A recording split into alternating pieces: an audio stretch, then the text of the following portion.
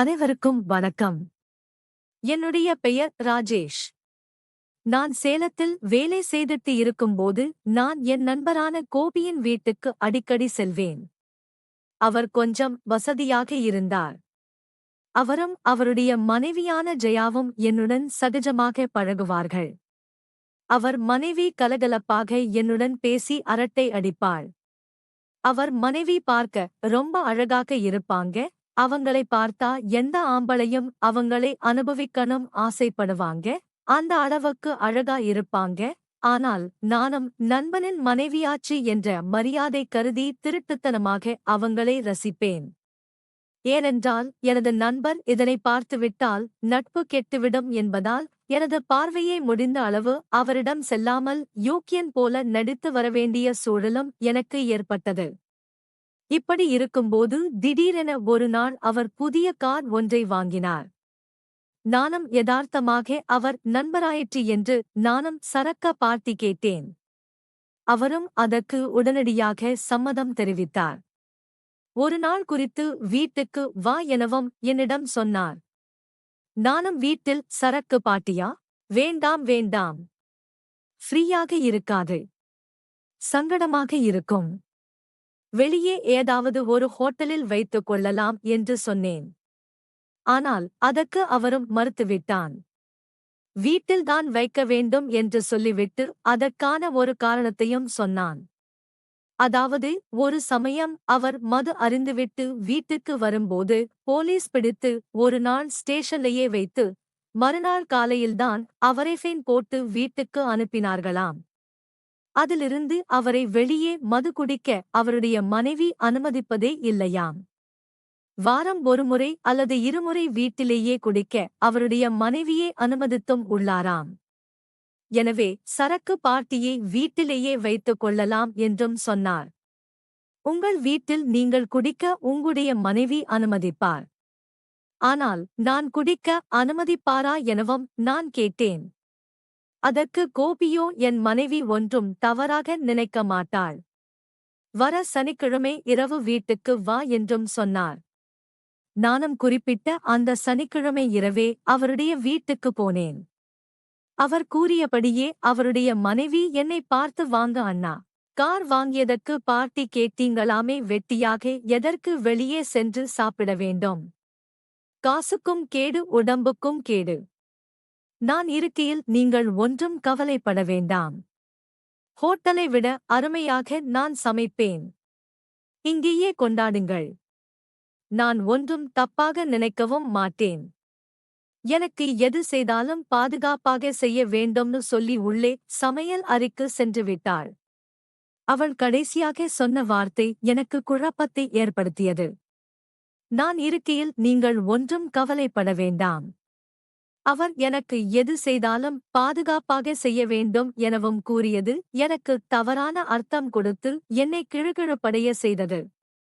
வீட்டு ஹாலில் பாட்டியம் தொடங்கியது. சும்மா சொல்லக்கூடாது. என் நண்பர் மனைவி சரக்கு சாப்பிட டம்ளர், திங்க சிக்கன், மட்டன் இது போன்ற பல வகைகள் இருந்தது. சாப்பிட ஃபிரைட் ரைஸ், கலக்க சோடா என அனைத்தையுமே எடுத்து வந்து டேபிளில் வைத்தாள். அதன் பிறகு அவளே மேலும் இது எங்களுடைய கார் பார்ட்டி. எனவே நானும் சேர்ந்து பார்ட்டி தந்தால்தான் முறையாக இருக்கும்னு அருகில் வந்து எங்களுடன் சேர்ந்து உட்கார்ந்து கொண்டாள். என் நண்பனின் மனைவியே சரக்கை ஊற்றி எனக்கும் கொடுத்தார். இதை நான் சற்றும் எதிர்பார்க்கவே இல்லை. அவர் கூல் ட்ரிங்க்ஸை கொஞ்சம் ஒரு டம்ளரில் ஊற்றிக் கொண்டு எங்களுக்கு சியஸ் கூறினார். நானும் சியஸ் கூறிவிட்டு ஒரே மடக்கில் டம்ளரை காலி செய்துவிட்டேன்.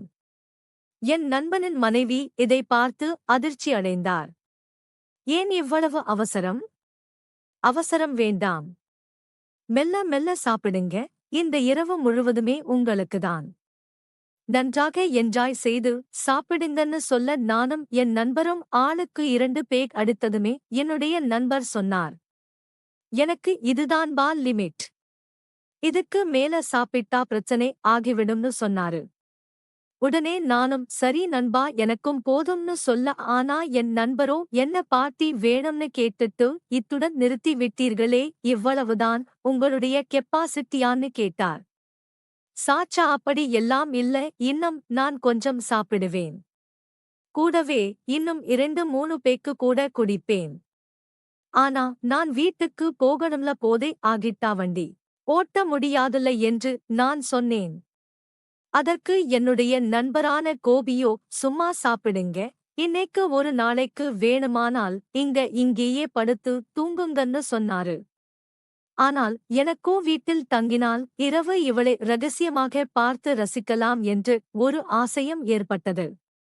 அதனால் நான் இதற்கு மேல் இங்கு தங்க மாட்டேன் என்ற மறுத்தால் இது போன்ற ஒரு சான்ஸ் இனி எனக்கு கிடைக்காது என நினைத்து நானே சரி நண்பா, உங்க இஷ்டம்னு சொல்ல, அப்போ ஜெயா சாப்பாடு எடுத்துட்டு வருவதாக கூறி சமையலறைக்குள் சென்றாள். சமையலறையில் இருந்துகிட்டே அங்கிருந்தவாறே என்னங்கன்னு என் நண்பனை கூப்பிட அவரும் ஒரு நிமிடம் என கூறிவிட்டு அவன் உள்ளே சென்றான்.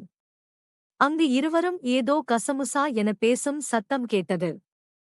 நான் ஆர்வத்தில் அருகில் சென்று ஒட்டு கேட்டேன். இங்கே படுக்க சொல்றீங்க என்று கேட்டாள். அதற்கு கோபியோ, இல்லடி, நான் சும்மா கம்பல் பண்ற மாதிரி சொன்னேன். அவன் எப்படி வீட்டுக்கு போயிருவான்னு நினைச்சேன். ஆனா அவன் டக்குன்னு சரி நான் இங்கேயே தங்கிக்கிறேன்னு சொல்லிட்டான். இனி என்ன பண்ண முடியும்? சரி விடு, அவன் பண்ணு தூங்கிட்டு போறான். ஒன்னும் பிரச்சனை இல்லை, நான் ரூமுக்கு போய் படுக்குறேன். நீ அவனுக்கு கூட ஒரு 2 பேக்க ஊத்திட்டு அவனுக்கு வேண்டியத சமைச்சு கொடு. என்னால முடியல, எனக்கு ரொம்ப டயர்டா இருக்கு. நான் போய் தூங்க போறேன் அப்படின்னு சொல்லிட்டு அவர் போயிட்டாரு.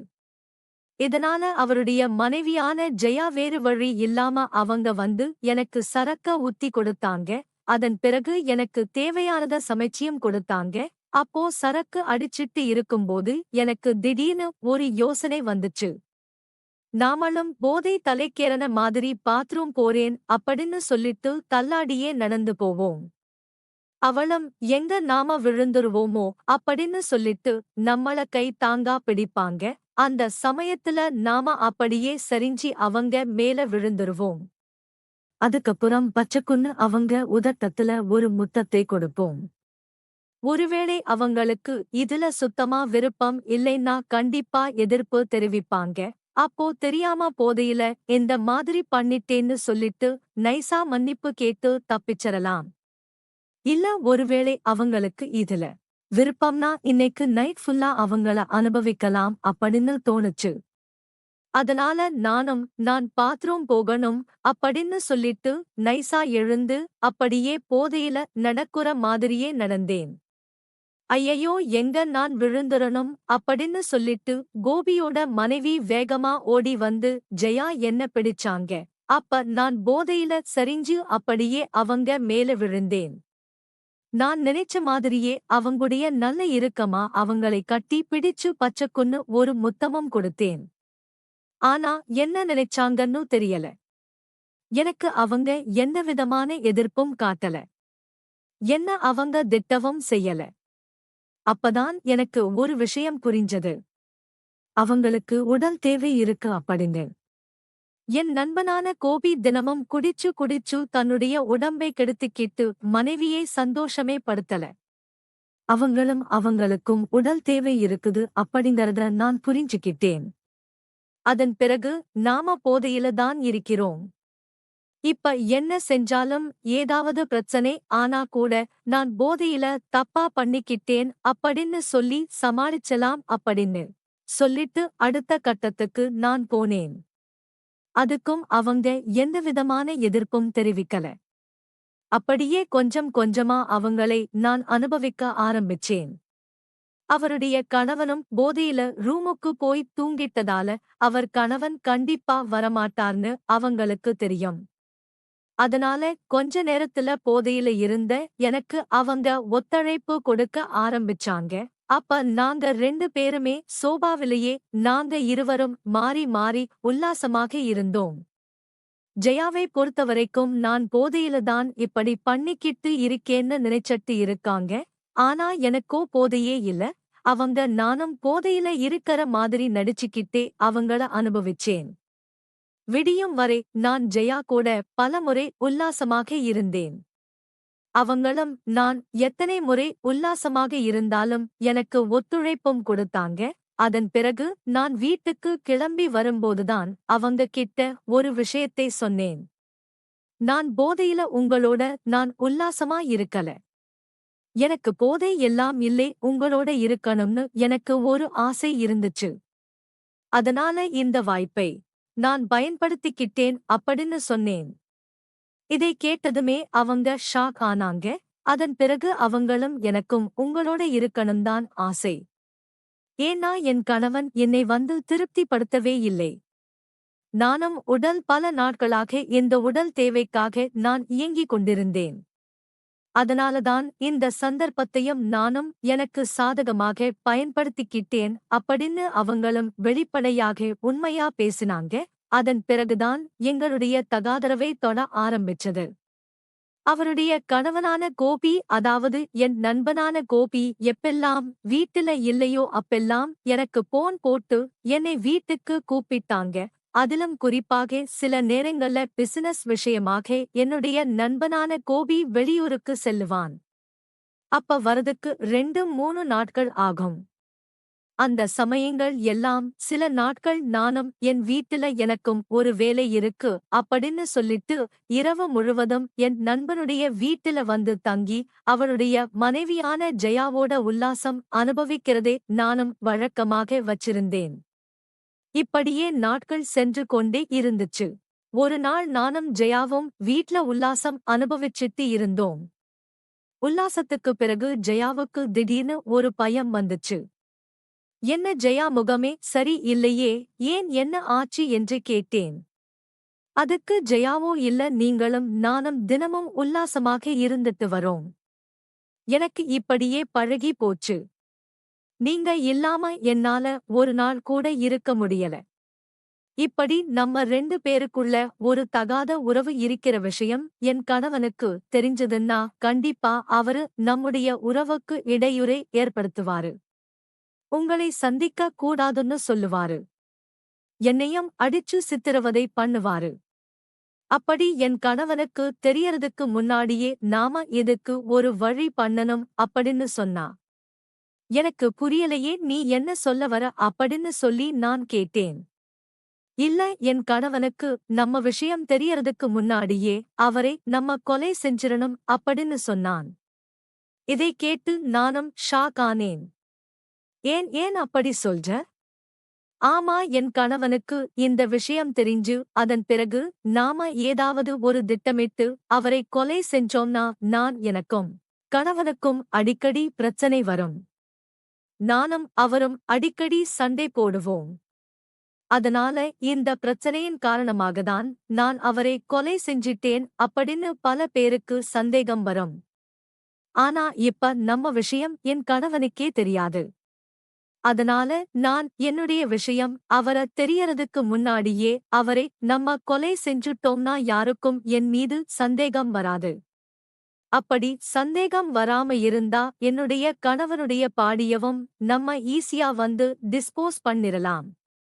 இறுதி சடங்கு காரியத்தை எல்லாம் நல்லபடியா முடிச்சிரலாம். யாருக்கும் சந்தேகம் வராது. அதன் பிறகு நாம இதுபோல கடைசி வரைக்கும் சந்தோஷமாவே இருக்கலாம். யாரும் நம்முடைய வாழ்க்கைக்கு குறுக்க வர மாட்டாங்க, இடைஞ்சலும் இருக்காது அப்படின்னு சொன்னா. எனக்கும் அவர் மீது இருந்த மோகத்தின் காரணமாக சரி, நானும் அதற்கு சம்மதம் தெரிவிச்சேன். அதன் பிறகு எப்படி நாம அவரை கொலை செய்யலாம் அப்படின்னு சொல்லி நானும் அவளும் பல நாட்களாக பல திட்டத்தை போட்டோம். ஆனா எதுவுமே எங்களுக்கு சரியா வரல.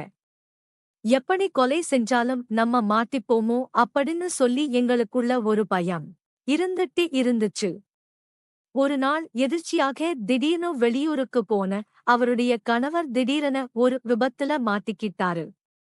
இதனால அவருக்கு கடுமையான உடல் முழுவதும் பயங்கரமான காயங்கள் ஏற்பட்டுச்சு. சரியான அடிபட்டுருச்சு. உடனே அவரை மருத்துவமனையில கொண்டு போய் சேர்த்தாங்க. அவருக்கு ஆக்சிடென்ட் ஆயிடுச்சு அப்படிங்கிற விஷயத்தை அவருடைய மனைவியான ஜெயாவுக்கும் மருத்துவமனையில இருந்து போன் பண்ணி சொன்னாங்க. ஜெயா உடனடியாக உறவினர்களுக்கு எல்லாம் போன் பண்ணி சொன்னாங்க. அதன் பிறகு அவரை பார்க்கறதுக்காக நானும் ஹாஸ்பிட்டலுக்கு போனேன். அங்கு என்னுடைய நண்பனுக்கு கடுமையான காயங்களாக இருந்துச்சு. டாக்டர்கள் வந்து பயப்படுற மாதிரி ஒன்னும் இல்ல, காயங்கள்தான் அதிகமா இருக்கு. மருந்து மாத்திரைகளை சரி பண்ணிடலாம் அப்படின்னு சொன்னாங்க. அதன் பிறகு கொஞ்ச நாள்லயே ஹாஸ்பிட்டல்ல இருந்து டிஸ்சார்ஜ் ஆகி வீட்டுக்கு கூட்டிட்டு வந்தோம். அவர் வீட்டுக்கு வந்த நாள்ல இருந்து நானும் ஜெயாவும் சந்திக்கவும் இல்ல, உல்லாசமாக இருக்கவும் இல்ல. அப்பதான் ஜெயா என்கிட்ட ஒரு போன் பண்ணி விஷயத்தை சொன்னான். பாத்தீங்களா, என் கணவனுக்கு ஆக்சிடென்ட் ஆன இந்த ஒரு 10 நாளே நம்ம 2 பேரும் சந்திக்க முடியாம எவ்வளவு தவிப்போட இருக்கோம். நம்முடைய விஷயம் என் கணவனுக்கு தெரிஞ்சுச்சுன்னா நம்ம நிலைமை என்ன? அதுக்கப்புறம் நம்மளால சந்திக்கவே முடியாமையே போயிடும். அதான் நான் அன்னைக்கே சொன்னேன். நம்ம விஷயம் என் கணவனுக்கு தெரியறதுக்கு முன்னாடி அவரை கொலை செஞ்சிரணும் அப்படின்னு. இப்ப பாத்தீங்களா, நம்மனால 2 பேரால ஒரு 10 நாள் கூட பிரிஞ்சிருக்க முடியல. இதுதான் நம்முடைய நிலைமை. அதனால நான் இப்ப ஒரு முடிவு பண்ணிட்டேன். என் கணவனுக்கு இப்ப ஆக்சிடென்ட் ஆயிருக்கு. அவருக்கு நான் மருந்து மாத்திரைகளை கொடுத்துட்டு இருக்கேன். இதனால இந்த ஆக்சிடென்டாலேயே அவருடைய உடல்நிலை பாதிக்கப்பட்டு அவர் இறந்துட்டாருன்னு சொல்லி நாம நாடகம் ஆடலாம் அப்படின்னு சொன்னான். எனக்கும் இந்த யோசனை சரின்னு பட்டுச்சு. அதுக்கு பிறகு நான் அவருடைய கணவனை என் நண்பனான கோபியை கொலை செய்றதுக்காக நான் ஒரு கூலிப்படையே போய் பார்த்தேன். அப்பதான் ஜெயா என்கிட்ட சொன்னா, நான் என் கணவனுக்கு மருந்து மாத்திரை கொடுக்கிற சாக்குல அந்த மருந்தோட சேர்த்து தூக்க மாத்திரையும் சேர்த்து கொடுத்துறேன். அவர் தூங்கிருவாரு. அதன் பிறகு நாம அவரை கழுத்தை நிறுத்தி கொலை செஞ்சு அவரு உடல்ல ஏற்பட்ட இந்த விபத்தின் காரணமாக ஏற்பட்ட அந்த காயத்தினாலதான் அவர் இறந்துட்டாருன்னு நம்ம நாடகம் ஆடிருவேன். எல்லாரும் நம்பிருவாங்க அப்படின்னு சொன்னான். நானும் சரின்னு சொல்லிட்டு கூலிப்படையை சேர்ந்தவர போய் பார்த்தேன். அவரும் இதற்கு சரி, நாங்களும் உங்களுக்கு ஹெல்ப் பண்றோம் அப்படின்னு என்கிட்ட ஒரு 10 லட்சம் ரூபாய் கேட்டாரு. அமௌண்ட் ரொம்ப ஜாஸ்தியா இருக்கு அப்படின்னு சொன்னேன். விருப்பம் இருந்தா குடுங்க, இல்லன்னா நீங்க வேற ஆள பாருங்க அப்படின்னு சொன்னாங்க. அதன் பிறகு நான் இது குறித்து ஜெயா கிட்ட சொன்னேன். 10 லட்சம் ரூபாய் கேக்குறாங்களே அப்படின்னு சொன்னேன். உடனே ஜெயாவோ பரவாயில்லை, 10 லட்சம் என்ன 20 லட்சம் கேட்டா கூட கொடுத்துறலாம் அப்படின்னு சொன்னா. நானும் சரின்னு சொல்லிட்டு அவங்க கேட்டதால 10 லட்சம் கொடுக்கவும் சம்மதிச்சிட்டேன். அட்வான்ஸா 2 லட்சம் ரூபாயும் கொடுத்தேன்.